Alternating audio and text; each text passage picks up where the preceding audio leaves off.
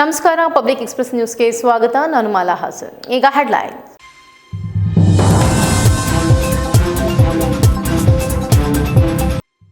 ಜನವರಿ 23ರಂದು ಹಾಸನದಲ್ಲಿ ಜೆಡಿಎಸ್ ಭಾರಿ ಸಮಾವೇಶ. 50 ಎಕರೆ ಜಾಗದಲ್ಲಿನ ಸಮಾವೇಶಕ್ಕೆ 2 ಲಕ್ಷ ಮಂದಿ ಭಾಗವಹಿಸುವ ನಿರೀಕ್ಷೆ. ಮಾಜಿ ಪ್ರಧಾನಿ ಎಚ್.ಡಿ. ದೇವೇಗೌಡರು ಮಾಹಿತಿ.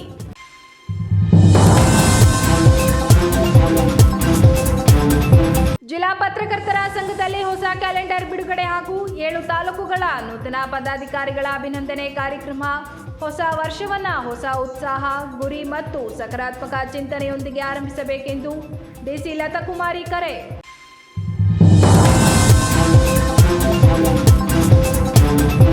ರಾಷ್ಟ್ರಕವಿ ಕುವೆಂಪು ಅವರು ಕೇವಲ ಕವಿ ಮಾತ್ರವಲ್ಲ, ವಿಶ್ವ ಮಾನವ ತತ್ವದ ಮಹಾನ್ ಚಿಂತಕ. ರಾಷ್ಟ್ರಕವಿ ಕುವೆಂಪು ಅವರ 121ನೇ ಜನ್ಮ ಜಯಂತಿಯಲ್ಲಿ ಡಿಸಿ ಲತಾಕುಮಾರಿ ಅಭಿಮತ.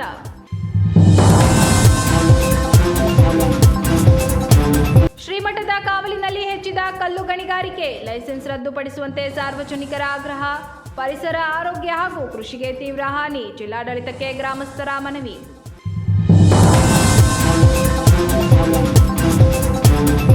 ನನಗೆ ಈಗ 93 ವರ್ಷ. ಜೀವನದ ಕೊನೆಯ ಉಸಿರು ಇರುವವರೆಗೆ ಹೋರಾಟಕ್ಕೆ ಸಿದ್ಧನಿದ್ದೇನೆ. ಸ್ವಲ್ಪ ಆರೋಗ್ಯ ಸಮಸ್ಯೆ ಇದ್ದರೂ ಅದನ್ನು ಲೆಕ್ಕಿಸದೆ ರಾಜಕೀಯ ಹೋರಾಟ ಮುಂದುವರಿಸುವುದಾಗಿ ಹರ್ದರಳ್ಳಿ ಮನೆ ದೇವರಿಗೆ ಪೂಜೆ ಸಲ್ಲಿಸಿದ ಬಳಿಕ ಮಾಜಿ ಪ್ರಧಾನಿ ಎಚ್.ಡಿ. ದೇವೇಗೌಡರು ಮಾಧ್ಯಮ ಪ್ರತಿನಿಧಿಗಳೊಂದಿಗೆ ಮಾತನಾಡಿ ಸ್ಪಷ್ಟಪಡಿಸಿದ್ದಾರೆ. ಕಳೆದ 2.5 ವರ್ಷದಲ್ಲಿ ಹಾಸನ ಜಿಲ್ಲೆಯಲ್ಲಿ ನಮ್ಮ ಕಾಂಗ್ರೆಸ್ ಪಕ್ಷದ ಮುಖಂಡರುಗಳು ಸೇರಿದಂತೆ ಮುಖ್ಯಮಂತ್ರಿಗಳು, ಉಪಮುಖ್ಯಮಂತ್ರಿಗಳು, ಉಸ್ತುವಾರಿ ಮಂತ್ರಿಗಳು ಸೇರಿದಂತೆ 2 ಸಭೆ ಮಾಡಿದ್ದಾರೆ. ರೇವಣ್ಣವರು ಅವರ ಶಕ್ತಿಯನ್ನ ಕುಂದು ಮಾಡಬೇಕು ಅಂತ ಹೇಳಿ, ಪಕ್ಷದ ಶಕ್ತಿಯನ್ನ ಕುಂದು ಮಾಡಬೇಕು ಅಂತ ಹೇಳಿ ಹಾಸನ ಜಿಲ್ಲೆಯಲ್ಲಿ ನಾನೇನು ರಾಜಕೀಯಕ್ಕೆ ಪಾದವನ್ನು ಇಟ್ಟು 1962ರಲ್ಲಿ ಅಲ್ಲಿಂದ ಇಲ್ಲಿವರೆಗೂ ಸುದೀರ್ಘವಾಗಿ ಈ ತಾಲೂಕು, ಈ ಕ್ಷೇತ್ರ, ಈ ಜಿಲ್ಲೆಯ ಮಹಾಜನತೆ 2 ಸಾರಿ ಬಿಟ್ಟು ಎಲ್ಲಾ ಸಂದರ್ಭದಲ್ಲೂ ನಮ್ಗೆ ಆಶೀರ್ವಾದ ಮಾಡಿದ್ದಾರೆ. ನನಗೆ ಈಗ 93, ಜೊತೆಗೆ ಸ್ವಲ್ಪ ಆರೋಗ್ಯ ಸ್ವಲ್ಪ ತೊಂದರೆ ಆಯಿತು. ನಾನು ಅದನ್ನ ಲೆಕ್ಕಿಸೋದಿಲ್ಲ. ನಾನು ಇದನ್ನು 1000 ಸಾರಿ ಹೇಳಿದ್ದೇನೆ. ಜೀವನದ ಕೊನೆಯ ಉಸಿರನ್ನ ಎಳೆಯುವವರೆಗೆ ಒಂದು ಹೋರಾಟ ಬಹಳ. ಯಾಕೆ ಈ ಜಿಲ್ಲೆಯನ್ನೇ ಈ 2.5 ವರ್ಷದಲ್ಲಿ 2 ಕಾರ್ಯಕ್ರಮಗಳನ್ನ ರಾಜಣ್ಣವರು ಉಸ್ತುವಾರಿ ಮಂತ್ರಿ 1 ಸಾರಿ, ಕೃಷ್ಣ ಬೈರೇಗೌಡರು ಉಸ್ತುವಾರಿ. ನಾನೇನು ದಿಗ್ಬಂಧನ ಮಾಡಿಲ್ಲ. ಇಡೀ ರಾಜ್ಯದ 30 ಜಿಲ್ಲೆಗಳನ್ನ ಬಿಟ್ಟು ಈ 2 ಜಿಲ್ಲೆಯನ್ನ ಯಾಕೆ ಇದಕ್ಕೆ ನಾನು ಕೈಯಲ್ಲಿ ಒಂದು ಪದಾರ್ಥ ಇಟ್ಕೊಂಡು ಕನ್ನಡಿ ಹಿಡಿಬೇಕಾಗಿದೆ. ಈ ಜಿಲ್ಲೆಯಲ್ಲಿ ಯಾವುದೇ ಸಂಸ್ಥೆಗಳಿರ್ಬೋದು, ಜಿಲ್ಲಾ ಬ್ಯಾಂಕ್ ಇರ್ಬೋದು, ಡೈರಿ ಸಂಸ್ಥೆ ಇರ್ಬೋದು, ಮಾರ್ಕೆಟಿಂಗ್ ಫೆಡರೇಷನ್ ಇರ್ಬೋದು, ಆ ಗ್ಯಾರಂಟಿ ಅಲ್ಲಿಗೆ ನಿಲ್ಲಿಲ್ಲ. ತೆಲಂಗಾಣಕ್ಕೆ ಹೋಯ್ತು, ರಾಜಸ್ಥಾನಕ್ಕೆ ಹೋಯ್ತು, ಬಿಹಾರಕ್ಕೆ ಹೋಯ್ತು. ಬಿಹಾರದಲ್ಲಿ 6 ಸೀಟ್. ಅವರು ಒಂದು ರೀಜನಲ್ ಪಾರ್ಟಿ. ನಮ್ಗೆ 19 ಜನ ಇದ್ದಾರೆ, 2 MPs, ಒಬ್ಬರು. ಇವರು ಹೊಡೆತ ತಗೊಂಡು ಇನ್ನ ಬದುಕಿದ್ದೇವೆ ಅಷ್ಟೆ. ಅದು ಜನತೆಯ ಆಶೀರ್ವಾದದಿಂದ ಬದುಕಿದ್ದೇವೆ. ನಮ್ದೇನಿಲ್ಲ. ನಾನು ಈ ಜಿಲ್ಲೆಯಲ್ಲಿ ರೇವಣ್ಣವ್ರಿಗೆ ಹೇಳಿದೆ, ಕಾರ್ಯಕರ್ತರ ಸಭೆ ಕರಿಬೇಕು. ಅದಾದ್ಮೇಲೆ ಜನವರಿ 23 ನಾವು ಬಹಿರಂಗ ಸಭೆ ಮಾಡೋಣ ಅಂತ ಹೇಳಿ ಕುಮಾರಸ್ವಾಮಿ ಅವ್ರಿಗೂ ಹೇಳಿದ್ದೇನೆ. ಅವರೂ ಬರ್ತಾರೆ, ಕುಮಾರಸ್ವಾಮಿನೂ ಬರ್ತಾರೆ, ನಮ್ಮ ಪಕ್ಷದ ಎಲ್ಲಾ ಶಾಸಕರು ಬರ್ತಾರೆ, ವಿರೋಧ ಪಕ್ಷದ ನಾಯಕರು ಬರ್ತಾರೆ. ಆ ಸಭೆಯಲ್ಲಿ ಬಾಕಿ ವಿಷಯ ಚರ್ಚೆ ಮಾಡೋಣ. ಸಭೆಗೆ ಹೊತ್ತಾಯಿತು. ಇವತ್ತು ನೀವೆಲ್ಲ ಬಂದು ಕಾಲಿದ್ದೀರಿ.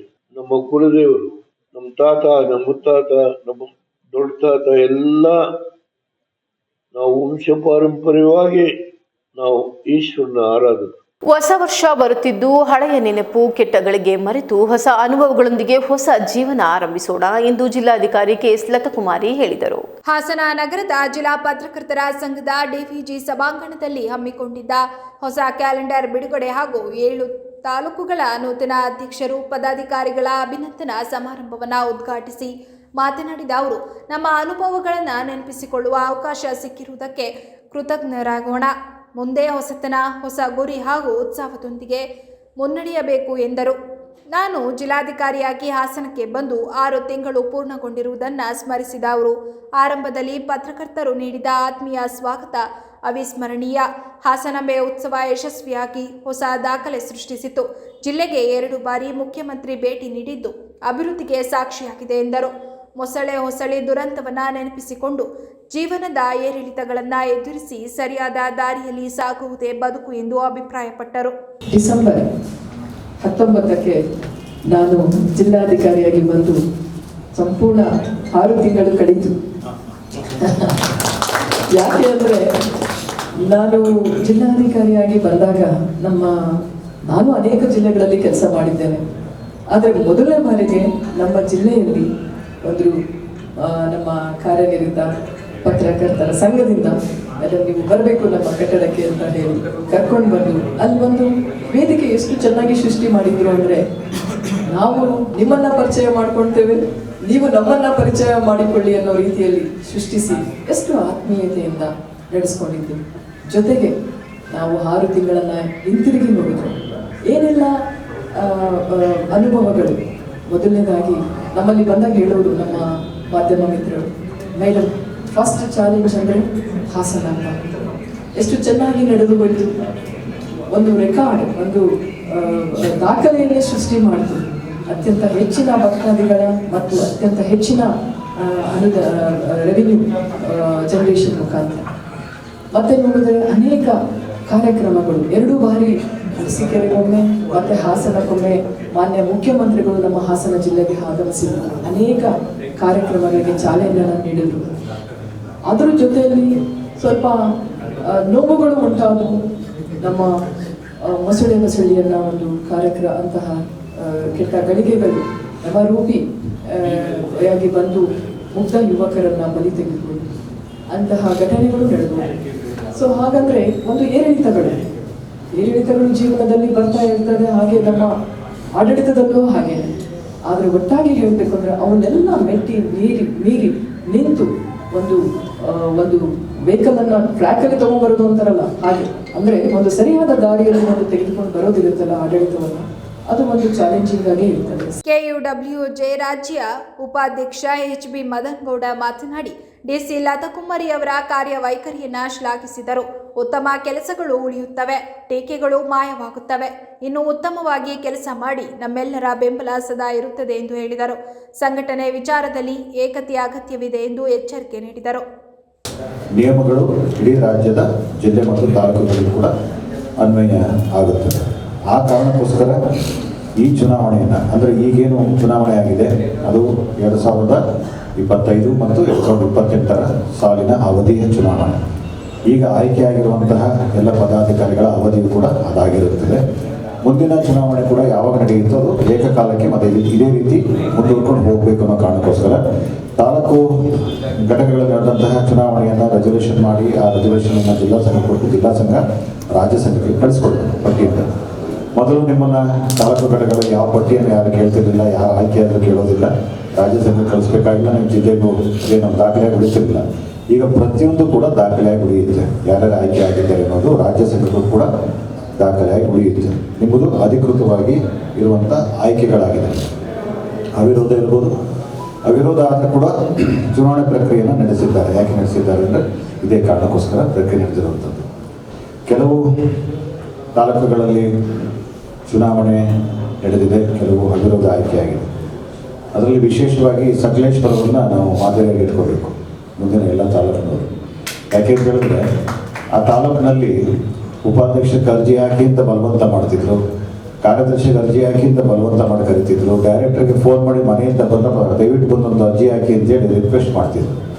ಅಧಿಕಾರವನ್ನು ಕರೆದುಕೊಡುವಂತಹ ಒಂದು ಅವಕಾಶ ಬರಬೇಕು. ಜಿಲ್ಲಾಧ್ಯಕ್ಷ ಜೆಆರ್ ಕೆಂಚೇಗೌಡ ಮಾತನಾಡಿ, ಮುಂದಿನ ದಿನಗಳಲ್ಲಿ ಜಿಲ್ಲಾ ಹಾಗೂ ತಾಲೂಕು ಸಂಘಗಳನ್ನು ಸದೃಢಗೊಳಿಸಲು ಯೋಜನೆ ಇದೆ. ಸಂಘದಲ್ಲಿ ಎಲ್ಲರಿಗೂ ಒಂದೊಂದು ಜವಾಬ್ದಾರಿ ನೀಡಲಾಗಿದ್ದು ಅವರವರ ಕೆಲಸ ಕಾರ್ಯಗಳನ್ನು ಅವರು ಮಾಡುತ್ತಿದ್ದಾರೆ ಎಂದರು. ಶೀಘ್ರವೇ ಜಿಲ್ಲಾ ಸಂಘದ ಕಟ್ಟಡ ನವೀಕರಣ ಕಾಮಗಾರಿ ಕೈಗೆತ್ತಿಕೊಳ್ಳಲಾಗುವುದು. ಹಾಗೆಯೇ ಕೆಲವೇ ದಿನಗಳಲ್ಲಿ ಸಂಘದಲ್ಲೇ ಪತ್ರಕರ್ತರಿಗೆ ಮಧ್ಯಾಹ್ನದ ಊಟದ ವ್ಯವಸ್ಥೆ ಮಾಡಲಾಗುವುದು. ಹಾಗೆಯೇ ರಿಕ್ರಿಯೇಷನ್ ಕ್ಲಬ್ ಚಿಂತನೆಯೂ ಇದೆ ಎಂದರು. ನಾವಿನ್ನೂ 8 ತಿಂಗಳಾಗಿದೆ, 6 ತಿಂಗಳಾಗಿದೆ, 4 ತಿಂಗಳಾಗಿದೆ. ಈ ಸಂದರ್ಭದಲ್ಲಿ ನೀವು ಚುನಾವಣೆ ನಡೆಸಿದ್ರೆ ನಮಗೆ ಕೆಲಸ ಮಾಡಲಿಕ್ಕೆ ಅವಕಾಶ ಸಿಗ್ತಾ ಇಲ್ಲ. ನಮ್ಗೆ ಅವಕಾಶ ಕಲ್ಪಿಸ್ಕೊಡ್ಬೇಕು ಅಂತೇಳಿ ಅರಸೀಕೆರೆಯವರು, ನಮ್ಮ ವೆಂಕಟೇಶ್ ಅವರು, ನಮ್ಮ ಸಕಲೇಶ್ಪುರದ ಮಂಜು ಅವರು ಅವರೆಲ್ಲರೂ ಕೂಡ ಕಾರ್ಯಕಾರಿ ಸಮಿತಿ ಮುಂದೆ ಕೋರಿಕೆ ಸಲ್ಲಿಸಿದ್ರು. ಆದರೆ ಕರ್ನಾಟಕ ಕಾರ್ಯನಿರತ ಪತ್ರಕರ್ತರ ಸಂಘದ ನಿಯಮದ ಅನ್ವಯ ಕಾರ್ಮಿಕ ಇಲಾಖೆಯಡಿ ಅಂಗಸಂಸ್ಥೆಯಾಗಿ ನೋಂದಣಿಯಾದ ಕಾರಣಕ್ಕಾಗಿ ತಾಲೂಕು ಘಟಕಗಳಿಗೆ ಏಕಕಾಲಕ್ಕೆ ಚುನಾವಣೆ ನಡೆಸುವಂಥ ಸಂದರ್ಭ ಬಂತು.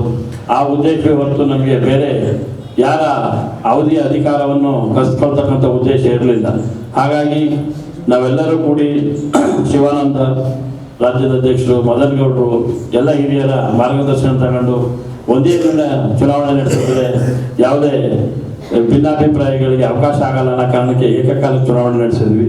ಅತ್ಯಂತ ಮುಖ್ಯವಾಗಿ ಆಯಾ ತಾಲೂಕಿನ ಉಸ್ತುವಾರಿಯನ್ನು ವಹಿಸಿಕೊಂಡಂಥ ನಮ್ಮ ತಂಡದ ಪದಾಧಿಕಾರಿಗಳು ಆ ಚುನಾವಣೆಯನ್ನು ಅಚ್ಚುಕಟ್ಟಾಗಿ ನಿರ್ವಹಿಸಿದ್ದಾರೆ. ಅವರಿಗೆ ಧನ್ಯವಾದಗಳು. ಹಾಗೆ ಚುನಾವಣಾಧಿಕಾರಿಗಳಾಗಿ ನೇಮಕಗೊಂಡಂತಹ ಹಿರಿಯರು ಮತ್ತು ಯುವಕರು ಅವರಿಗೂ ಒಂದು ಚುನಾವಣೆ ನಡೆಸ್ತಕ್ಕಂಥ ಅನುಭವದ ಜೊತೆಗೆ ತುಂಬ ಅಚ್ಚುಕಟ್ಟಾಗಿ ಎಲ್ಲೂ ಕೂಡ ಒಂದು ಸಣ್ಣ ಗೊಂದಲ ಆಗದ ರೀತಿಯಲ್ಲಿ ಸಮಾಧಾನ ಬಂದ ಸಂದರ್ಭದಲ್ಲಿ ಏನು ಮಾಡಬೇಕು, ಯಾವ ರೀತಿ ಮಾಡಬೇಕು ಎಲ್ಲ ಸಲಹೆಗಳನ್ನ ತಗೊಂಡು ತುಂಬ ಅಚ್ಚುಕಟ್ಟಾಗಿ ಚುನಾವಣೆ ನಡೆಸಿದ್ದಾರೆ. ನಾವು ಹೊಸ ವರ್ಷಕ್ಕೆ ಕಾಲಿಡ್ತಾ ಇದ್ದೇವೆ. ಆ ಕಾರಣಕ್ಕಾಗಿ ಸಂಘದ ಕ್ಯಾಲೆಂಡರ್ ಬಿಡುಗಡೆ ಜೊತೆಗೆ ಇವತ್ತೇ ಅಭಿನಂದನಾ ಕಾರ್ಯಕ್ರಮ ಇಟ್ಕೊಳ್ಳೋಣ ಅಂತ ನಿನ್ನೆ ತಾನೇ ನಾವು ತೀರ್ಮಾನ ಮಾಡಿ ತುರ್ತಾಗಿ ಎಲ್ಲರಿಗೂ ಸಂದೇಶ ಕಳಿಸಿ, ನಿಮಗೂ ನಿನ್ನೆ ಚುನಾವಣೆ ನಡೆಸಿ ಬ್ಯುಸಿಲಿದ್ರಿ, ಆದರೂ ಎಲ್ಲರೂ ನಮ್ಮ ಆಹ್ವಾನವನ್ನು ಮನ್ನಿಸಿ ಬಂದಿದ್ದೀರಿ. ನಿಮಗೆಲ್ಲರಿಗೂ ಧನ್ಯವಾದಗಳು. ಜಿಲ್ಲಾ ಪತ್ರಕರ್ತರ ಸಂಘ ಮತ್ತು 7 ತಾಲೂಕುಗಳ ಘಟಕಗಳನ್ನ ಸದೃಢಗೊಳಿಸಬೇಕು ಅನ್ನೋದು ನಮ್ಮ ತಂಡದ ಎಲ್ಲರ ಸದುದ್ದೇಶ ಆಗಿದೆ. ಕಾರ್ಯಕ್ರಮದಲ್ಲಿ ಉಪಾಧ್ಯಕ್ಷರಾದ ಎನ್ ನಂಜುಂಡೇಗೌಡ, ಹಿರಿಯ ಪತ್ರಕರ್ತರಾದ ಬಾಳು ಗೋಪಾಲ್, ಪ್ರಧಾನ ಕಾರ್ಯದರ್ಶಿ ಕೆಜಿ ಸುರೇಶ್, ಉಪಾಧ್ಯಕ್ಷ ಜಿ ಪ್ರಕಾಶ್, ಕಾರ್ಯದರ್ಶಿಗಳಾದ ಬಿಆರ್ ಬೊಮ್ಮೇಗೌಡ, ಕೆಎಂ ಹರೀಶ್, ಖುಷ್ವಂತ್, ಖಜಾಂಚಿ ಪ್ರಕಾಶ್ ಸೇರಿದಂತೆ ಕಾರ್ಯಕಾರಿ ಸಮಿತಿ ಸದಸ್ಯರು ಹಾಜರಿದ್ದರು. ಹಾಸನದಲ್ಲಿ ನಡೆದ ಜೆಡಿಎಸ್ ಸಭೆಯಲ್ಲಿ ಪಕ್ಷದ ಹಿರಿಯ ನಾಯಕ ಎಚ್.ಡಿ. ದೇವೇಗೌಡರು ಕೇಂದ್ರ ಮತ್ತು ರಾಜ್ಯದ ಕಾಂಗ್ರೆಸ್ ಸರ್ಕಾರದ ವಿರುದ್ಧ ತೀವ್ರ ಟೀಕೆ ನಡೆಸಿದರು. ಕುಮಾರಸ್ವಾಮಿ ಅವರು ಅಧಿಕಾರದಲ್ಲಿದ್ದಾಗ 26,000 ಕೋಟಿ ರು ಸಾಲ ಮನ್ನಾ ಮಾಡಿದ್ದಾರೆ ಹಾಗೂ ಪಂಚರತ್ನ ಕಾರ್ಯಕ್ರಮ ರೂಪಿಸಿ ಜನಪರ ಆಡಳಿತ ನೀಡಿದ್ದನ್ನು ಅವರು ಹೇಳಿದರು. ದಿನಕ್ಕೆ 12 ಗಂಟೆಗಳ ಕಾಲ ನಿರಂತರ ಸಭೆ ನಡೆಸುತ್ತಿದ್ದರು. ಕಾರ್ಯಕ್ರಮಗಳಿಗೆ ಅಪಾರ ಜನಸಾಗರವೇ ಸಾಕ್ಷಿ ಎಂದರು. ಗ್ಯಾರಂಟಿ ಯೋಜನೆಗಳು ಮತ್ತು ರಸ್ತೆ ನಿರ್ಮಾಣದ ಬಗ್ಗೆ ಕಾಂಗ್ರೆಸ್ ಪಕ್ಷದವರ ಅಸಮಾಧಾನಕ್ಕೆ ಟೀಕೆ ನಡೆಸಿ ಕೇಂದ್ರ ಸರ್ಕಾರದ ಮೇಲೆ ನಡೆಸಿದ ಟೀಕೆ, ಮಹಾತ್ಮ ಗಾಂಧಿ ಹೆಸರಿನ ಮನ್ರೇಗಾ ಯೋಜನೆಯಲ್ಲಿನ ಬದಲಾವಣೆ ಸೇರಿದಂತೆ ಪ್ರಸ್ತುತ ಮತ್ತು ಹಿಂದಿನ ಪ್ರಕರಣಗಳನ್ನು ನೆನಪಿಸಿದರು. ದೇವೇಗೌಡರು ಇಂದಿರಾ ಗಾಂಧಿ ಪ್ರಧಾನಿಯಾದಾಗ ಮಹಾತ್ಮ ಗಾಂಧಿಯವರನ್ನ ಮರೆತು ಬಿಟ್ಟಿದ್ದರು ಎಂದು ವ್ಯಂಗ್ಯವಾಡಿದರು. ಈ ವೇಳೆ ಜೆಡಿಎಸ್ ರಾಜ್ಯಾದ್ಯಂತ ಗಟ್ಟಿಯಾಗಿದ್ದು ಜನವರಿ 24ರಂದು ಶಾಸಕರು, ಮಾಜಿ ಶಾಸಕರು ಹಾಗೂ ಪಕ್ಷದ ಪ್ರಮುಖ ಮುಖಂಡರ ಸಮಾವೇಶ ನಡೆಯಲಿದೆ. ಸಮಾವೇಶಕ್ಕೆ ಸಮೀಕೃತ 2 ಲಕ್ಷ ಮಂದಿ ಭಾಗವಹಿಸುವ ನಿರೀಕ್ಷೆ ಮತ್ತು 50 ಎಕರೆ ಜಾಗದಲ್ಲಿ ಕಾರ್ಯಕ್ರಮವನ್ನು ಆಯೋಜಿಸಲು ಕುಮಾರಸ್ವಾಮಿ ಸೂಚನೆ ನೀಡಿದ್ದಾರೆ. ಸಭೆಯ ಮುಕ್ತಾಯದಲ್ಲಿ ಚೆನ್ನೈನಿಂದಲೇ ಫೋನ್ ಮೂಲಕ ಜನವರಿ 23ರಂದು ಪಕ್ಷದ ಕಾರ್ಯಕರ್ತರು ಹಾಗೂ ಮುಖಂಡರು ತಮ್ಮ ಶಕ್ತಿಯನ್ನು ಪ್ರದರ್ಶಿಸಬೇಕು ಎಂದು ಕರೆ ನೀಡಲಾಗಿದೆ ಎಂದರು.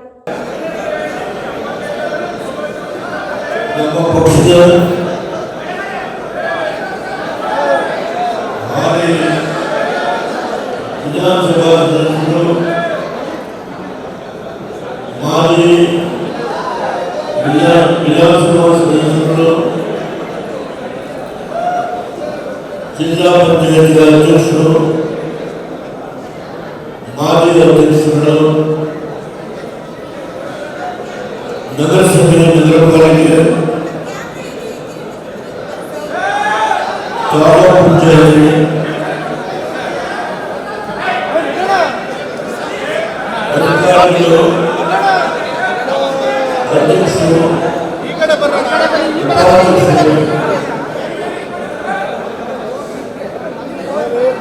ಮುಂಭಾಗದಲ್ಲಿರ್ತಕ್ಕಂಥ ರಾಜಕೀಯವಾಗಿ ಈ ಪಕ್ಷವನ್ನು ಬೆಳೆಸಿ ಇದು ಒಂದು ರಾಜಕೀಯ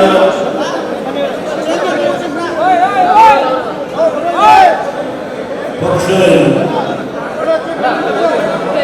ಇದು ರಾಷ್ಟ್ರೀಯ ಮಟ್ಟದಲ್ಲಿ ಜಾತಿಯ ಜನತೆಗಳಿಂದ ಕೇಂದ್ರದಲ್ಲಿ ನಮ್ಮ ಪಕ್ಷದ ಸರ್ಕಾರ ಇತ್ತು. ನಾವು ಯಾವಾಗ ಮೋದಿಯವರ ಜೊತೆ ಸಂಪರ್ಕ ಮಾಡಿದಾಗ ಕೇವಲ ನಮ್ಮ ಮುಖಂಡರುಗಳು, ಮಂತ್ರಿಗಳು ಸೇರಿದಂತೆ ಎಲ್ಲರೂ ಬಂದು ನಾವು ಎಡಪಂಥೀಯ ಪಕ್ಷದ ಜೊತೆಗೆ ನಮಗೆ ಅನುಮತಿ ಕೊಡಬೇಕು ಅಂತ ಕೇಳಿದರು. ನಾನು ಅವರಿಗೆ ಅವರ ಶ್ರೇಯೋಭಿವೃದ್ಧಿಗೆ ನಾನು ಆತಂಕ ಅಂತ ಹೇಳಿ ಅವರು ಪ್ರತ್ಯೇಕವಾಗಿ ನೀವು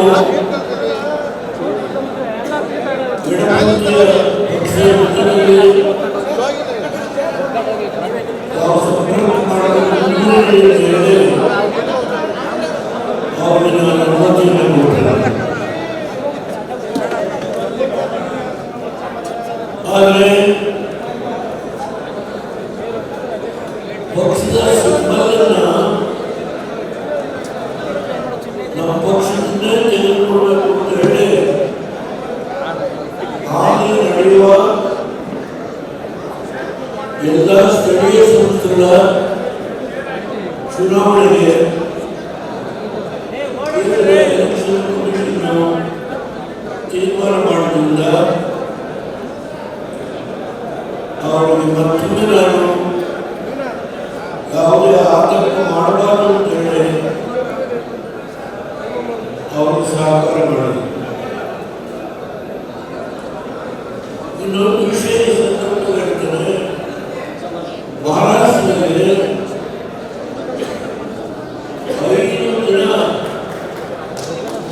ನನ್ನಿಂದ ಯಾವುದೇ ದಯಮಾಡಿ ಯಾವುದೇ ₹1 ಸಹಕಾರವನ್ನು ಕೇಳಿ 5 ದಿನ ಇವತ್ತು ಜಿಲ್ಲಾ ಪಂಚಾಯತ್ ಮಹಾರಾಷ್ಟ್ರ. ನಾನು ಯಾಕೆ ಹೇಳಿದೆ ಅಂತ ಹೇಳಿದ್ರೆ, ಜೆಡಿಎಸ್ ಪ್ರಾದೇಶಿಕ ಪಕ್ಷ ಇದೆ. ಮೊರಾರ್ಜಿ ದೇಸಾಯಿ ಅವರು ಪ್ರಧಾನಮಂತ್ರಿ ಆಗಿದ್ದಾಗ ಅದರ ಹೊಣೆಗಾರಿಕೆಯನ್ನು ನೀಡಬೇಕು. ಕುವೆಂಪು ಅವರು ಕೇವಲ ಕವಿ ಮಾತ್ರವಲ್ಲ, ಚಿಂತಕ, ತತ್ವಜ್ಞಾನಿ, ಶಿಕ್ಷಣ ತಜ್ಞ ಹಾಗೂ ಮಾನವತಾವಾದಿ. ಅವರು ಪ್ರತಿಪಾದಿಸಿದ ವಿಶ್ವ ಮಾನವ ತತ್ವವು ಜಾತಿ, ಮತ, ಭಾಷೆ, ದೇಶಗಳ ಗಡಿಯನ್ನ ಮೀರಿ ಮಾನವರೆಲ್ಲ ಒಂದೇ ಎಂಬ ಶಾಶ್ವತ ಸಂದೇಶವನ್ನ ನೀಡುತ್ತದೆ ಎಂದು ಜಿಲ್ಲಾಧಿಕಾರಿ ಲತಾಕುಮಾರಿ ಅಭಿಪ್ರಾಯಪಟ್ಟರು. ರಾಷ್ಟ್ರಕವಿ ಕುವೆಂಪು ಅವರ 121ನೇ ಜನ್ಮ ಜಯಂತಿ ಹಿನ್ನೆಲೆಯಲ್ಲಿ ನಗರದ ಜಿಲ್ಲಾ ಕನ್ನಡ ಸಾಹಿತ್ಯ ಪರಿಷತ್ತಿನ ಆವರಣದಲ್ಲಿರುವ ಕುವೆಂಪು ಪ್ರತಿಮೆಗೆ ಮಾಲಾರ್ಪಣೆ, ಪುಷ್ಪಾರ್ಚನೆ ನೆರವೇರಿಸಿ ಗೌರವ ಸಲ್ಲಿಸಿ ಮಾತನಾಡಿದ ಅವರು, ಕುವೆಂಪು ಚಿಂತನೆಗಳು ಇಂದಿನ ಸಮಾಜಕ್ಕೂ ಅತ್ಯಂತ ಅಗತ್ಯವಾದ ಚಿಂತನೆ. ಅವರ ಕಾವ್ಯಗಳಲ್ಲಿ ನಿಸರ್ಗದ ಸೌಂದರ್ಯ, ಮಾನವೀಯ ಮೌಲ್ಯಗಳು ಮತ್ತು ಸಾಮಾಜಿಕ ಜಾಗೃತಿ ಒಂದೇ ಹೊತ್ತಿನಲ್ಲಿ ಕಾಣಿಸುತ್ತದೆ. ಕುವೆಂಪು ಅವರು ಕನ್ನಡ ಸಾಹಿತ್ಯಕ್ಕೆ ಜ್ಞಾನಪೀಠ ಪ್ರಶಸ್ತಿ ಪಡೆದ ಮೊದಲ ಸಾಹಿತಿ ಎಂಬುದು ನಮ್ಮೆಲ್ಲರಿಗೂ ಹೆಮ್ಮೆಯ ವಿಷಯ. ಶ್ರೀರಾಮಾಯಣ ದರ್ಶನಂ, ಕಾನೂರು ಹೆಗ್ಗಡತಿ, ಮಲೆಗಳಲ್ಲಿ ಮದುಮಗಳು ಮುಂತಾದ ಕೃತಿಗಳು ಕನ್ನಡ ಸಾಹಿತ್ಯದ ಅಮೂಲ್ಯ ನಿಧಿಗಳು. ಕುವೆಂಪು ಅವರ ಸಾಹಿತ್ಯ ಸರ್ವರ ಏಳಿಗೆಗೂ ಅವಶ್ಯ. ಅವರ ಸಾಹಿತ್ಯವನ್ನು ಓದಿದವರು ಈ ಸಮಾಜದಲ್ಲಿ ಉತ್ತಮವಾಗಿ ಬಾಳಬಲ್ಲರು ಎಂದರು. ಜಿಲ್ಲಾ ಕನ್ನಡ ಸಾಹಿತ್ಯ ಪರಿಷತ್ತಿನ ಗೌರವ ಕಾರ್ಯದರ್ಶಿ BR ಬೊಮ್ಮೇಗೌಡ ಎಲ್ಲರನ್ನ ಸ್ವಾಗತಿಸಿದರು.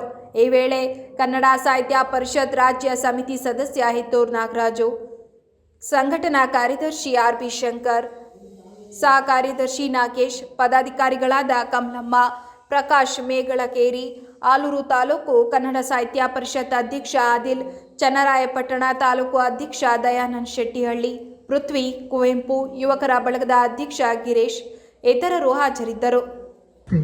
ಅವರನ್ನ ನಮಗೋಸ್ಕರ, ಕನ್ನಡಕ್ಕೋಸ್ಕರ ಅವರು ನಮಗೆ ಉಳಿದ್ರು, ಅದೆಲ್ಲ ನಮ್ಮ ಹೆಮ್ಮೆ. ಅವರ ಪುಸ್ತಕಗಳನ್ನು ಓದಿ ನಾವು ಅಷ್ಟು ಕಲಿತಾ ಹೋಗ್ತೇವೆ, ಸಂತೋಷ ಪಡ್ತೇವೆ, ಮತ್ತೆ ಜೀವನದ ಸಾರವನ್ನು ಅರ್ಥ ಮಾಡ್ಕೊಳ್ತಾ ಹೋಗ್ತೇವೆ. ಅಂದರೆ ಅಂತಹ ಅಗಾಧ ಚೇತನ ನಮ್ಮ ಜೊತೆಲೆಲ್ಲ ಇತ್ತು ಅನ್ನೋದೇ ನಮ್ಮೆಲ್ಲರ ಹೆಮ್ಮೆ. ಮುಖ್ಯವಾಗಿ ನಾನು ನಮ್ಮ ಕನ್ನಡ ಸಾಹಿತ್ಯ ಪರಿಷತ್ತರ ನಮ್ಮ ಜಿಲ್ಲಾ ಅಧ್ಯಕ್ಷರಿಗೆ ನಾನು ಅಭಿನಂದನೆಗಳನ್ನು, ಅವರ ಎಲ್ಲ ಪದಾಧಿಕಾರಿಗಳಿಗೆ ಅಭಿನಂದನೆಗಳನ್ನು ಅರ್ಪಿಸಲಿಕ್ಕೆ ಇಷ್ಟಪಡ್ತೇನೆ. ಮೊದಲು ಏನು ಕರೆದಿರ್ಲಿಲ್ಲ, ಸಡನ್ ಆಗಿ ಫೋನ್ ಮಾಡಿ, ಮೇಡಮ್ ಇವತ್ತು ಜನ್ಮ ಜಯಂತಿ ಇದೆ, ತಾವು ಬಂದ್ಬಿಡಿ, ಒಂದು ಹಾರ ಹಾಕೋಣ ಅಂತ ಹೇಳಿ. ನಾವು ಮೊದಲೇ ಅವರ ಅಭಿಮಾನಿಗಳು, ಕುವೆಂಪು ಅವರ. ಯಾಕಂದ್ರೆ ಕಾಲೇಜ್ ಡೇಸ್ ಅಲ್ಲಿ ನಾನು ಸೈನ್ಸ್ ಓದ್ತಾ ಇದ್ರು ಲೈಬ್ರರಿಗೆ ಹೋಗಿ ಆ ಪುಸ್ತಕಗಳನ್ನ, ಮಲೆಗಳಲ್ಲಿ ಮದುಮಗಳು, ಕಾನೂರು ಹೆಗ್ಗಡತಿ, ಆ ನಾವೆಲ್ಸ್ ತಗೊಂಡ್ ಬರ್ತಾ ಇದ್ದೆ. ಅವ್ರು ನನಗೆ ರೆಫ್ಯೂಸ್ ಮಾಡೋರು, ಇದೆಲ್ಲ ಲಿಟ್ರೇಚರ್ ಸ್ಟೂಡೆಂಟ್ಸ್ಗೆ ಅಷ್ಟೇ, ಸೈನ್ಸ್ ಸ್ಟೂಡೆಂಟ್ಗೆ ಕೊಡಲ್ಲ ಅಂತ ಹೇಳಿ. ಯಾಕಂದ್ರೆ ದಪ್ಪ ಪುಸ್ತಕಗಳು ಖರೀದಿ ಮಾಡೋದು ಕಷ್ಟ. ಸೊ ಆದ್ರೂ ಅವ್ರಿಗೆ ಹಠ ಮಾಡಿ ಕೂತ್ಕೊಂಡು ರಿಕ್ವೆಸ್ಟ್ ಮಾಡಿ, ಯಾರೂ ತಗೊಳ್ತಾ ಇಲ್ಲ ಅಂದಾಗ ನನಗೆ ಕೊಡಿ ಅಂತ ಹೇಳಿ ಅಂತ ಓದಿದ್ ನೆನಪು ಬಂತು. ಆಮೇಲೆ ಕೆಲ್ಸಕ್ಕೆ ಸೇರಿದಾಗ ನಂದೇ ಆದ ಕಾಪಿಗಳನ್ನ ಪರ್ಚೇಸ್ ಮಾಡ್ಕೊಂಡೆ. ಹಾಗಾಗಿ ಈಗ್ಲೂ ತುಂಬಾ ಇಷ್ಟ ಆಗ್ತದೆ ಅವರ ಪುಸ್ತಕಗಳು. ಅಷ್ಟನ್ನ ಅರ್ಥ ಮಾಡ್ಕೊಳಕ್ ಆಗ್ತದೋ ಇಲ್ಲ ಗೊತ್ತಿಲ್ಲ, ಆದ್ರೆ ಒಂದು ಅನಂತ ಸಾಗರ ಅಂತವರ ನಮ್ಮ ದೇಶದಲ್ಲಿ, ನಮ್ಮ ರಾಜ್ಯದಲ್ಲಿ, ನಮ್ಮ ಊರಿನಲ್ಲಿ ಹುಟ್ಟಿರೋದೇ ನಮ್ಮೆಲ್ಲರ ಹೆಮ್ಮೆ ಅಂತ ಹೇಳ್ತಾ ಮತ್ತೊಮ್ಮೆ ಈ ಅವಕಾಶವನ್ನ ಕಲ್ಪಿಸಿಕೊಟ್ಟ ತಮ್ಮೆಲ್ಲರಿಗೂ ಧನ್ಯವಾದಗಳನ್ನ ನಾನು ಹೇಳಲಿಕ್ಕೆ ಇಷ್ಟಪಡ್ತೇನೆ. ಧನ್ಯವಾದಗಳು. ಹೊಳೆನರಸೀಪುರ ತಾಲೂಕಿನ ಕಸಬಾ ಹೋಬಳಿ ವ್ಯಾಪ್ತಿಯ ಶ್ರೀಮಠದ ಕಾವಲು ಗ್ರಾಮದಲ್ಲಿ ನಡೆಯುತ್ತಿರುವ ಕಲ್ಲು ಗಣಿಗಾರಿಕೆ, ಸ್ಯಾಂಡ್ ಹಾಗೂ ಕಲ್ಲುಪುಡಿ ಘಟಕಗಳಿಂದ ಪರಿಸರ, ಮಾನವ ಆರೋಗ್ಯ ಮತ್ತು ಕೃಷಿಗೆ ತೀವ್ರ ಹಾನಿಯಾಗುತ್ತಿದೆ ಎಂದು ಆರೋಪಿಸಿ ಗಣಿಗಾರಿಕೆ ಲೈಸೆನ್ಸ್ಗಳನ್ನು ತಕ್ಷಣ ರದ್ದುಪಡಿಸಬೇಕೆಂದು ಗ್ರಾಮಸ್ಥರು ಹಾಗೂ ಸುತ್ತಮುತ್ತಲಿನ ನಿವಾಸಿಗಳು ಜಿಲ್ಲಾಡಳಿತಕ್ಕೆ ಮನವಿ ಸಲ್ಲಿಸಿದ್ದಾರೆ. ಈ ವೇಳೆ ಗ್ರಾಮದ ಕುಮಾರಸ್ವಾಮಿ ಮಾಧ್ಯಮಗಳೊಂದಿಗೆ ಮಾತನಾಡಿ, ಗ್ರಾಮದ ಸರ್ವೆ ನಂಬರ್ 6ರಲ್ಲಿ ಸುಮಾರು 15 ಎಕರೆ ಪ್ರದೇಶಕ್ಕೆ 23/3/2017 QLR HMG 536 ಆದೇಶದಡಿ KM ಮೋಹನ್ ರವರಿಗೆ 20 ವರ್ಷಗಳ ಕಾಲ ಗಣಿಗಾರಿಕೆ ನಡೆಸಲು ಅನುಮತಿ ನೀಡಲಾಗಿದೆ. ಆದರೆ ಈ ಅನುಮತಿ ನೀಡುವ ಮುನ್ನ ಪರಿಸರದ ಮೇಲೆ ಬೀರುವ ಪರಿಣಾಮಗಳ ಕುರಿತು ಯಾವುದೇ ತಜ್ಞರ ವರದಿ ಅಥವಾ ಸ್ಥಳೀಯ ಅಧಿಕಾರಿಗಳ ಅಭಿಪ್ರಾಯವನ್ನ ಪಡೆಯಲಾಗಿಲ್ಲ ಎಂದು ದೂರಿದರು. ಗಣಿಗಾರಿಕೆ ಹಾಗೂ ಕಲ್ಲು ಪುಡಿ ತಯಾರಿಸುವ ವೇಳೆ ಹೊರಬರುವ ಧೂಳು ವಾಯು ಮಾಲಿನ್ಯ ಉಂಟು ಮಾಡುತ್ತಿದ್ದು, ಶಬ್ದ ಮಾಲಿನ್ಯವು ಮಿತಿ ಮೀರುತ್ತಿದೆ. ಸುತ್ತಮುತ್ತ ಪ್ರಾಥಮಿಕ, ಪ್ರೌಢಶಾಲೆ, ಕಾಲೇಜು ಹಾಗೂ ಹಾಸ್ಟೆಲ್ಗಳು ಇರುವುದರಿಂದ ಮಕ್ಕಳ ವಿದ್ಯಾಭ್ಯಾಸ ಮತ್ತು ಆರೋಗ್ಯದ ಮೇಲೆ ದುಷ್ಪರಿಣಾಮ ಬೀರುತ್ತಿದೆ ಎಂದರು. ಹೇಮಾವತಿ ಬಲದಂಡೆ ನಾಲೆ ಕಾಲುವೆಯ ನೀರನ್ನು ಗಣಿಗಾರಿಕೆಗೆ ಬಳಸುತ್ತಿರುವುದರಿಂದ ಜಲಮಾಲಿನ್ಯ ಹೆಚ್ಚಾಗಿದ್ದು, ನೂರಾರು ರೈತರಿಗೆ ಕೃಷಿಗೆ ನೀರಿನ ತೀವ್ರ ಸಮಸ್ಯೆ ಎದುರಾಗಿದೆ ಎಂದು ಗ್ರಾಮಸ್ಥರು ಆರೋಪಿಸಿದರು. ಈ ಎಲ್ಲ ಅಂಶಗಳನ್ನು ಪರಿಗಣಿಸಿ ಸಂಬಂಧಿತ ಅಧಿಕಾರಿಗಳು ತಕ್ಷಣ ಸ್ಥಳಕ್ಕೆ ಭೇಟಿ ನೀಡಿ ಗಣಿಗಾರಿಕೆ ಲೈಸೆನ್ಸ್ ಹಾಗೂ ಸಂಬಂಧಿತ ಅನುಮತಿಗಳನ್ನು ರದ್ದುಪಡಿಸಿ ಪರಿಸರ ಹಾಗೂ ಮಾನವ ಜೀವನದ ಸಂರಕ್ಷಣೆಗೆ ಕಟ್ಟುನಿಟ್ಟಿನ ಕ್ರಮ ಕೈಗೊಳ್ಳಬೇಕೆಂದು ಗ್ರಾಮಸ್ಥರು ಒತ್ತಾಯಿಸಿದ್ದಾರೆ. ಈ ಸಂದರ್ಭದಲ್ಲಿ ಗ್ರಾಮದ ಸುರೇಶ್, ರಘು, ನವೀನ್, ಯೋಗನಾಥ್, ಮೋಹನ್ ಸೇರಿದಂತೆ ಇತರರು ಉಪಸ್ಥಿತರಿದ್ದರು. ಗಣಿಗಾರಿಕೆ KM ಮೋಹನ್ ಕುಮಾರ್ ಮತ್ತು KMG ಗ್ರೂಪ್ನವ್ರದ್ದು ಗಣಿಗಾರಿಕೆ ನಡೀತಾ ಇದೆ. ಅಲ್ಲಿ ಸ್ಯಾಂಡು ಮತ್ತು ಜಲ್ಲಿ ಕ್ರಷರು ಸುಮಾರು 5 ವರ್ಷದಿಂದನೂ ಕ್ರಷರ್ ನಡೀತಾ ಇದೆ. ಇವಾಗ ಏನಾಗಿದೆ ಅಂದರೆ ತುಂಬ ಬೆಳೆಗಳಿಗೆ ನಷ್ಟ ಆಗ್ತಾಯಿದೆ. ಹೆಂಗೆ ಅಂದರೆ ಪರಿಸರಕ್ಕೆ, ಪ್ರಾಣಿ ಪಕ್ಷಿಗಳಿಗೆ, ಪರಿಸರಕ್ಕೆ, ತುಂಬ ಈ ಮನೆಗಳಿಗೆ ಅಲ್ಲಿ ಏನಾಗ್ತದೆ, ಸುತ್ತಮುತ್ತ ಅವ್ರನ್ನ ಸಿಡಿಸೋ ಬ್ಲಾಸ್ಟಿಂದ ಮನೆಗಳು, ಎಷ್ಟೋ ಮನೆಗಳು, ಹೊಸ ಮನೆಗಳು ಸಹಿತ ಬಿರುಕ್ಬಿಟ್ಟಿದ್ದಾವೆ. ಮತ್ತು ತೆಂಗಿನ ಗಿಡ ಇರ್ಬೋದು, ಮತ್ತು ಅಡಿಕೆ ಫಸಲು ಇರ್ಬೋದು, ಬೇರೆ ಏನೇ ಬೆಳೆಗಳು ಕೂಡ ಆ ಡಸ್ಟಿನ ಪರಿಣಾಮವಾಗಿ ಸಂಪೂರ್ಣವಾಗಿ ಬೆಳೆಗಳು ಬರ್ತಾ ಇಲ್ಲ. ಅದರ ಪಕ್ಕದಲ್ಲಿ ಅನಧಿಕೃತ ಅನ್ನೋದಕ್ಕೆ ಕ್ರಷರಿಂದ ಒಂದು 500 ಮೀಟ್ರಲ್ಲಿ ಪ್ರೌಢಶಾಲೆ, ಕಾಲೇಜು, ಸ್ಕೂಲು ಎಲ್ಲ ಇದೆ. ಅವರು ಪ್ರತಿದಿನ ಆ ಸೌಂಡ್ ಹಾಸ್ಟೆಲ್ ಇದೆ, ಆ ಸೌಂಡ್ಗೋಸ್ಕರ ಮಕ್ಳುಗಳು ಪಾಠ ಕೇಳೋಕ್ಕಾಗ್ತಾಯಿಲ್ಲ.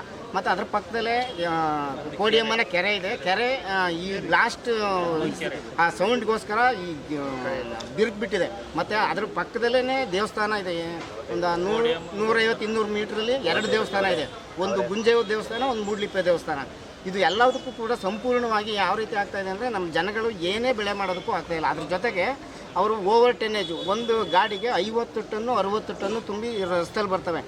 ಚಿಕ್ಕ ಪುಟ್ಟ ಶಾಲಾ ಕಾಲೇಜು ಮಕ್ಕಳುಗಳು ತುಂಬ ಹೋಗೋದಕ್ಕೆ ತುಂಬ ತೊಂದರೆ ಆಗ್ತಾಯಿದೆ. ಜೊತೆಗೆ ನಮ್ಗೆ ಏನಾಗ್ಬಿಟ್ಟಿದೆ ಅಂದರೆ ಪ್ರತಿದಿನ ಅಂತರ್ಜಲ ಮಟ್ಟ ಕುಸಿತಾ ಇದೆ.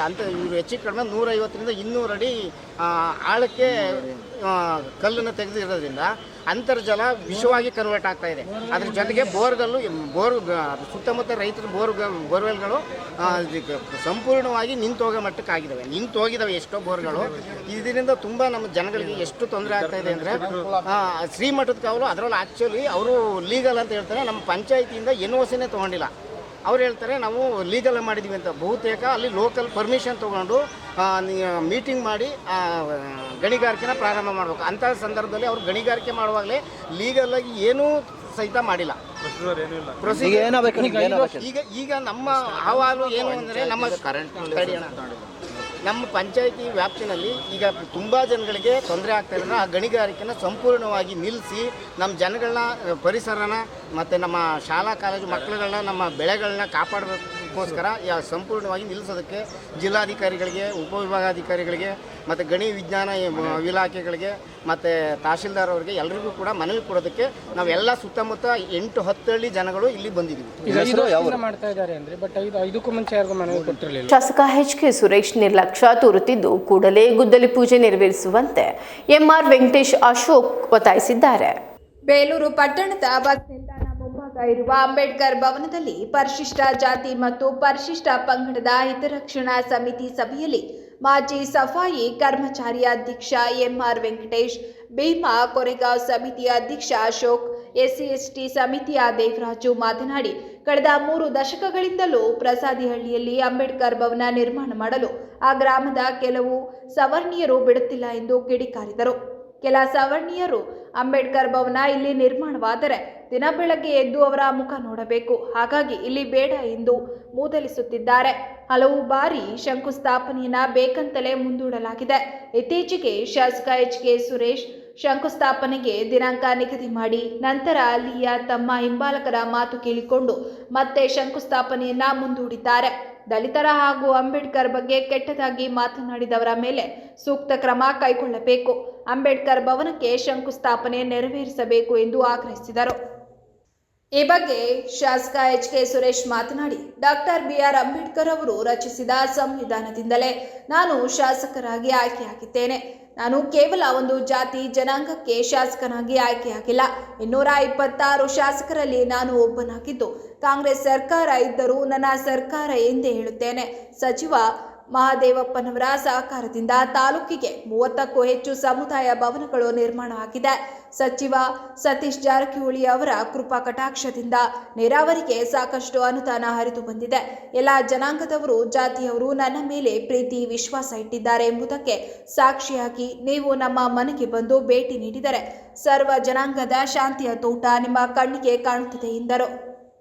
ಈ ಸಂದರ್ಭದಲ್ಲಿ ತಹಸೀಲ್ದಾರ್ ಶ್ರೀಧರ್ ಕಂಕನವಾಡಿ, ಪುರಸಭೆ ಮುಖ್ಯಾಧಿಕಾರಿ ಶಿಗ್ಗಾವಿ, BEO ಭಾಗ್ಯಮ್ಮ, ತಾಲೂಕು ವೈದ್ಯಾಧಿಕಾರಿ ವಿಜಯ್, ಸಮಾಜ ಕಲ್ಯಾಣ ಇಲಾಖೆಯ ಲಿಂಗರಾಜು, ಮಾಜಿ ತಾಲೂಕು ಪಂಚಾಯಿತಿ ಅಧ್ಯಕ್ಷ ಪರ್ವತಯ್ಯ, ಮಾಜಿ ಸದಸ್ಯ ಚಿಕ್ಕ ಬ್ಯಾಡಗೆರೆ ಮಂಜುನಾಥ್, ಕರವೇ ಚಂದ್ರಶೇಖರ್, ಈಶ್ವರ್, ದೇವಿಹಳ್ಳಿ ಕುಮಾರ್, ಮರಿಯಪ್ಪ, ಶಂಭುಕನಹಳ್ಳಿ, ಬಾಬು, ರಾಮನಹಳ್ಳಿ, ವೆಂಕಟೇಶ್, ಸತೀಶ್ ಇತರರು ಹಾಜರಿದ್ದರು.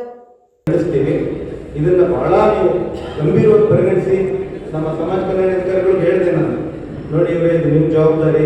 ಇಂಗ್ರೇಜ್ ಹೇಳಿದ್ದ ಬಂದಿದ್ರು, ಒಬ್ಬ ಪ್ರತಿ ಮನೆ ತಿರುಗ್ತಾ ಇದ್ದಾರೆ. ನೀವು ಹೋಗ್ಬಿಟ್ಟು ದಾಖಲೆಗಳು ನೋಡಿ ಕನ್ನಡಿ ಇದ್ದಂಗಿದೆ ಇಲ್ಲ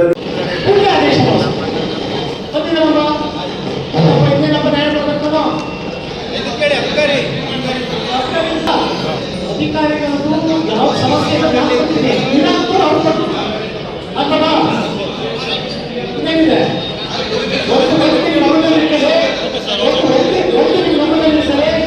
ನಾನು ರಾಜಕಾರಣ ಮಾಡುತ್ತಿಲ್ಲ. ನಾನು ಆ ಜಾತಿ ಈ ಜಾತಿ ವಿವೇಚನೆ ಮಾಡಕ್ಕೆ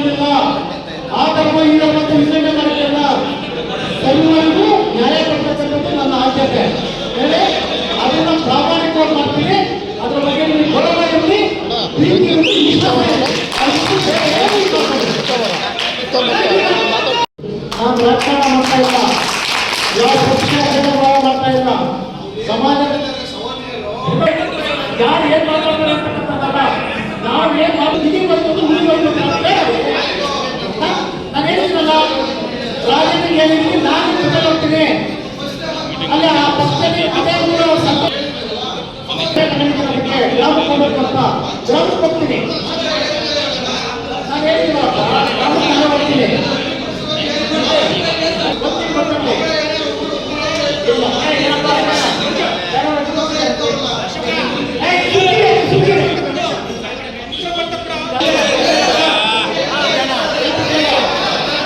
ಸಕಲೇಶಪುರ ಪಟ್ಟಣದ ಬಿಎಂ ರಸ್ತೆ ಹಳೆ ಬಸ್ ನಿಲ್ದಾಣ ಸಮೀಪ ಅನಧಿಕೃತವಾಗಿ ಹಾಕಿಕೊಂಡಿದ್ದ ಬೀದಿ ಬದಿಯ ಅಂಗಡಿಗಳನ್ನು ಜಿಲ್ಲಾಧಿಕಾರಿ ಲತಕುಮಾರಿ ಅವರ ಆದೇಶದಂತೆ ಇಂದು ಬೆಳಗ್ಗೆ ಪುರಸಭೆ ಮುಖ್ಯಾಧಿಕಾರಿ ಮಹೇಶ್ವರಪ್ಪ ನೇತೃತ್ವದಲ್ಲಿ ಪೊಲೀಸ್ ಭದ್ರತೆಯೊಂದಿಗೆ ತೆರವು ಕಾರ್ಯಾಚರಣೆ ಮಾಡಲಾಯಿತು.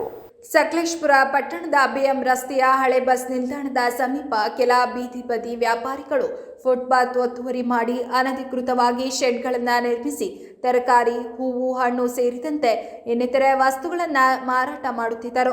ಕಳೆದ ಮಂಗಳವಾರ ಜಿಲ್ಲಾಧಿಕಾರಿ ಲತಕುಮಾರಿ ಅವರು ತಮ್ಮ ಸಿಟಿ ರೌಂಡ್ಸ್ ಭಾಗವಾಗಿ ಪಟ್ಟಣಕ್ಕೆ ದಿಢೀರ್ ಭೇಟಿ ನೀಡಿದ ವೇಳೆ ಪಟ್ಟಣದ ನಾಗರಿಕರು ಫುಟ್ಪಾತ್ ಒತ್ತುವರಿ ತೆರವುಗೊಳಿಸುವಂತೆ ಜಿಲ್ಲಾಧಿಕಾರಿ ಬಳಿ ಮನವಿ ಮಾಡಿದರು. ಈ ವೇಳೆ ಸ್ಥಳದಲ್ಲಿದ್ದ ಪುರಸಭೆ ಮುಖ್ಯಾಧಿಕಾರಿ ಮಹೇಶ್ವರಪ್ಪ ಅವರಿಗೆ ಕೂಡಲೇ ಫುಟ್ಪಾತ್ ಒತ್ತುವರಿ ತೆರವುಗೊಳಿಸಿ ಪಾದಚಾರಿಗಳ ಓಡಾಟಕ್ಕೆ ಅನುಕೂಲ ಮಾಡಿಕೊಡುವಂತೆ ತಾಕೀತು ಮಾಡಿದ್ದರು. ಜಿಲ್ಲಾಧಿಕಾರಿಗಳ ಆದೇಶದ ಹಿನ್ನೆಲೆ ಕಾರ್ಯಪ್ರವೃತ್ತರಾದ ಪುರಸಭೆ ಮುಖ್ಯಾಧಿಕಾರಿ ಮಹೇಶ್ವರಪ್ಪ ಇಂದು ಬೆಳಗ್ಗೆ ಪೊಲೀಸ್ ಬಿಗಿ ಭದ್ರತೆಯೊಂದಿಗೆ ಜೆಸಿಬಿ, ಟ್ರ್ಯಾಕ್ಟರ್ ಹಾಗೂ ಪುರಸಭೆ ಸಿಬ್ಬಂದಿಯೊಂದಿಗೆ ಫುಟ್ಪಾತ್ ಮೇಲೆ ಅನಧಿಕೃತವಾಗಿ ಶೆಡ್ ನಿರ್ಮಿಸಿ ವ್ಯಾಪಾರ ನಡೆಸುತ್ತಿದ್ದ ಅಂಗಡಿಗಳನ್ನು ತೆರವುಗೊಳಿಸಿದರು.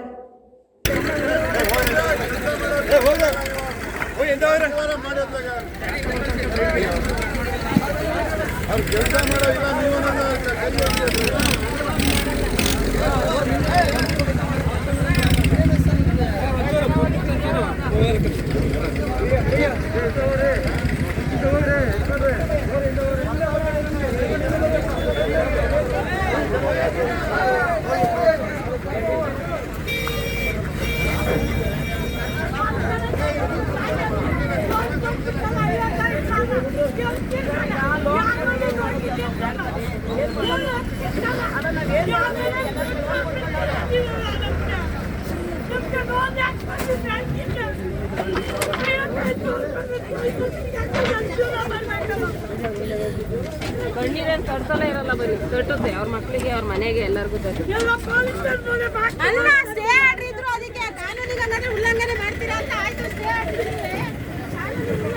ಭೀಮ್ ಕೊರೆಂಗಾ ವಿಜಯೋತ್ಸವವನ್ನು ಅದ್ದೂರಿಯಾಗಿ ಆಚರಿಸಲಾಗುತ್ತಿದ್ದು ಪ್ರತಿಯೊಬ್ಬರೂ ಆಗಮಿಸಿ ಕಾರ್ಯಕ್ರಮವನ್ನು ಯಶಸ್ವಿಗೊಳಿಸಬೇಕೆಂದು ಆಚರಣಾ ಸಮಿತಿ ಸದಸ್ಯರು ಮನವಿ ಮಾಡಿದರು.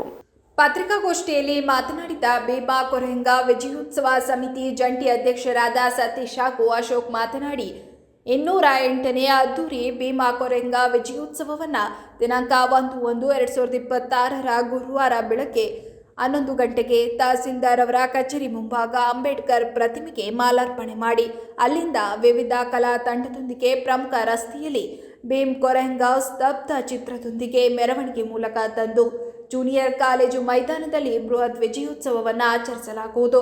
ಈ ಸಮಾರಂಭದಲ್ಲಿ ಶಾಸಕ ಎಚ್.ಕೆ. ಸುರೇಶ್, ಶ್ರೀ ಸಿದ್ದಬಸವ ಕಬೀರ ಸ್ವಾಮೀಜಿ ಜೇವರ್ಗಿ ಅವರು ಮತ್ತು ಮುಖ್ಯ ಭಾಷಣಕಾರರಾಗಿ ಶ್ರೀ ಸುಧೀರ್ ಕುಮಾರ್ ಮುರಳಿ ಕೊಪ್ಪರವರು ಹಾಗೂ ಸಂಸದ ಶ್ರೇಯಸ್ ಪಟೇಲ್ ಸೇರಿದಂತೆ ವಿವಿಧ ಗಣ್ಯರು ಹಾಗೂ ವಿವಿಧ ನಾಯಕರು ಹಾಜರಿರುವ ಮೂಲಕ ಈ ಕಾರ್ಯಕ್ರಮವನ್ನು ಯಶಸ್ವಿಗೊಳಿಸಬೇಕೆಂದು ವಿನಂತಿಸಿದರು. ಗೌರವ ಅಧ್ಯಕ್ಷ ಎಂ.ಜೆ. ವೆಂಕಟೇಶ್ ಮಾತನಾಡಿ, ಹಿರಿಯರ ಮಾರ್ಗದರ್ಶನದಲ್ಲಿ ಸುಮಾರು 5 ವರ್ಷಗಳಿಂದ ಈ ಕೊರೆಂಗಾ ವಿಜಯೋತ್ಸವವನ್ನು ಆಚರಿಸಿಕೊಂಡು ಬರುತ್ತಿದ್ದು, ಈ ಬಾರಿ ಯುವಕರಿಗೆ ಹೆಚ್ಚಿನ ಪ್ರಶಸ್ತಿ ನೀಡಿ ಕಾರ್ಯಕ್ರಮವನ್ನು ಮುಂದುವರಿಸಿಕೊಂಡು ಹೋಗಲು ಮನವಿ ಮಾಡಿದ್ದಲ್ಲದೆ ಸುಮಾರು 10,000ಕ್ಕೂ ಹೆಚ್ಚು ಜನರು ಈ ಕಾರ್ಯಕ್ರಮಕ್ಕೆ ಭಾಗವಹಿಸಲಿದ್ದಾರೆ ಎಂದರು. ಈ ಸಂದರ್ಭದಲ್ಲಿ ಮಲ್ಲಿಕಾರ್ಜುನ್, ಶಶಿಧರ್ ಮೌರ್ಯ, ವೆಂಕಟೇಶ್ ಹಾಜರಿದ್ದರು. ಹಾಗೆಯೇ ಈ ವರ್ಷನೂ ಕೂಡ ಅದೇ ರೀತಿಯಾಗಿ ಅದ್ದೂರಿಯಾಗಿ ಆಚರಣೆ ಮಾಡ್ತಾ ಬರ್ತಾ ಇದ್ದೀವಿ. ಹಾಗೆಯೇ ಈಗ ನಮ್ಮ ಇವರು ಹೇಳಿದಂಗೆ ನಮ್ಮ ಸ್ವಾಮೀಜಿಗಳಾದ ಶ್ರೀ ಸಿದ್ದಬಸವ ಕಬೀರ ಸ್ವಾಮೀಜಿಯವರು, ಹಾಗೆ ಮುಖ್ಯ ಭಾಷಣಕಾರರಾಗಿ ಶ್ರೀ ಸುಧೀರ್ ಕುಮಾರ್ ಮುರಳಿಯವರು, ಆಗಮಿಸಲಿದ್ದಾರೆ. ಹಾಗೆ ನಮ್ಮ ಮೊದಲಿಗೆ ಉದ್ಘಾಟನೆ ನಮ್ಮ ಬೇಲೂರು ತಾಲೂಕು ಆಫೀಸ್ ಅಂಬೇಡ್ಕರ್ ಅವರಿಗೆ ಮಾಲಾರ್ಪಣೆ ಮಾಡಿ ಅಲ್ಲಿಂದ ವಿಜಯ ಸ್ತಂಭನ ಎಳೆಯುವ ಮುಖಾಂತರ ಅಲ್ಲಿ ಚಾಲನೆಯನ್ನು ನಮ್ಮ ಸಂಸದರಾದ ಶ್ರೇಯಸ್ ಪಾಟೀಲ್ ಅವರು ಹಾಗೆ ಶಾಸಕರಾದ ಸುರೇಶ್ ಅವರು ಆಗಮಿಸಲಿದ್ದಾರೆ.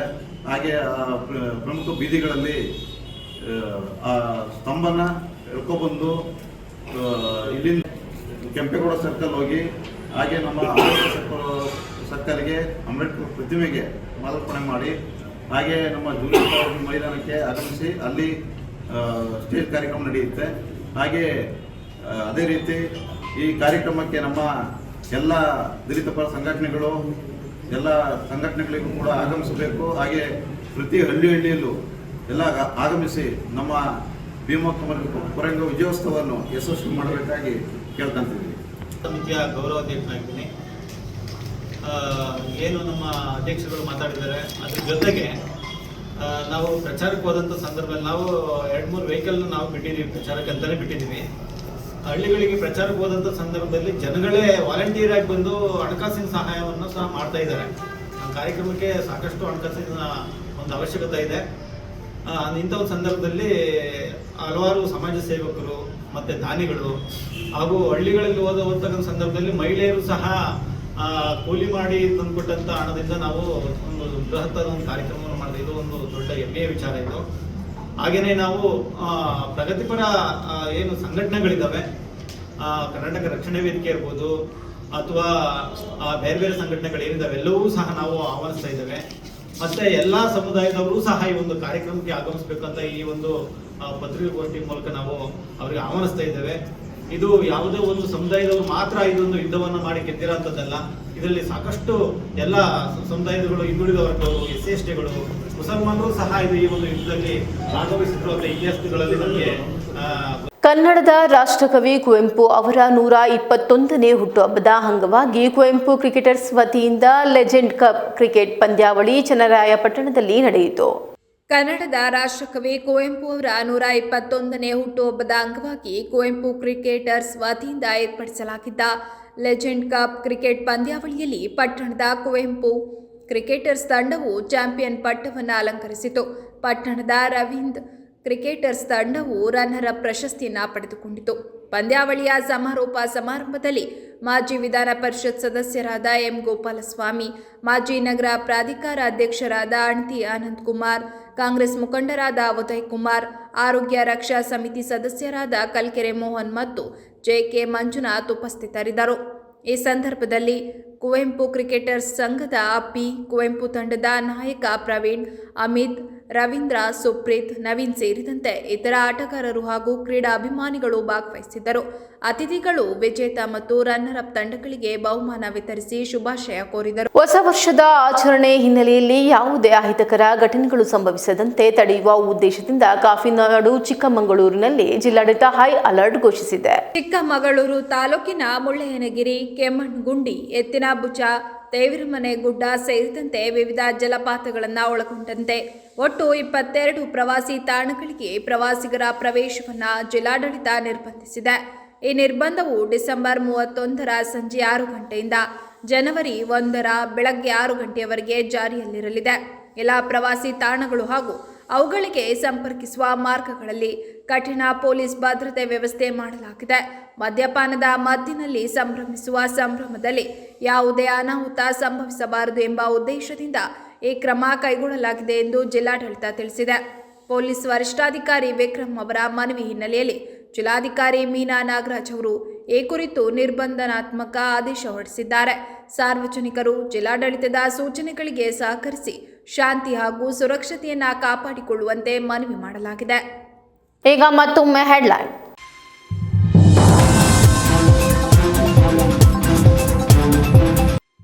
ಜನವರಿ 23ರಂದು ಹಾಸನದಲ್ಲಿ ಜೆಡಿಎಸ್ ಭಾರಿ ಸಮಾವೇಶ. 50 ಎಕರೆ ಜಾಗದಲ್ಲಿನ ಸಮಾವೇಶಕ್ಕೆ 2 ಲಕ್ಷ ಮಂದಿ ಭಾಗವಹಿಸುವ ನಿರೀಕ್ಷೆ. ಮಾಜಿ ಪ್ರಧಾನಿ ಎಚ್.ಡಿ. ದೇವೇಗೌಡರು ಮಾಹಿತಿ.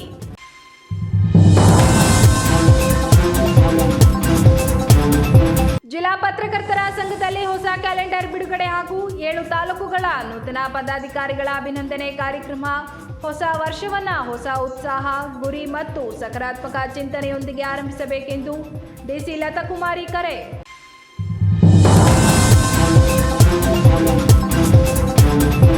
ರಾಷ್ಟ್ರಕವಿ ಕುವೆಂಪು ಅವರು ಕೇವಲ ಕವಿ ಮಾತ್ರವಲ್ಲ, ವಿಶ್ವ ಮಾನವ ತತ್ವದ ಮಹಾನ್ ಚಿಂತಕ.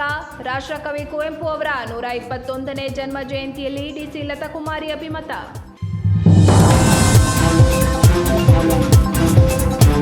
ಶ್ರೀಮಠದ ಕಾವಲಿನಲ್ಲಿ ಹೆಚ್ಚಿದ ಕಲ್ಲು ಗಣಿಗಾರಿಕೆ, ಲೈಸೆನ್ಸ್ ರದ್ದುಪಡಿಸುವಂತೆ ಸಾರ್ವಜನಿಕರ ಆಗ್ರಹ. ಪರಿಸರ, ಆರೋಗ್ಯ ಹಾಗೂ ಕೃಷಿಗೆ ತೀವ್ರ ಹಾನಿ, ಜಿಲ್ಲಾಡಳಿತಕ್ಕೆ ಗ್ರಾಮಸ್ಥರ ಮನವಿ.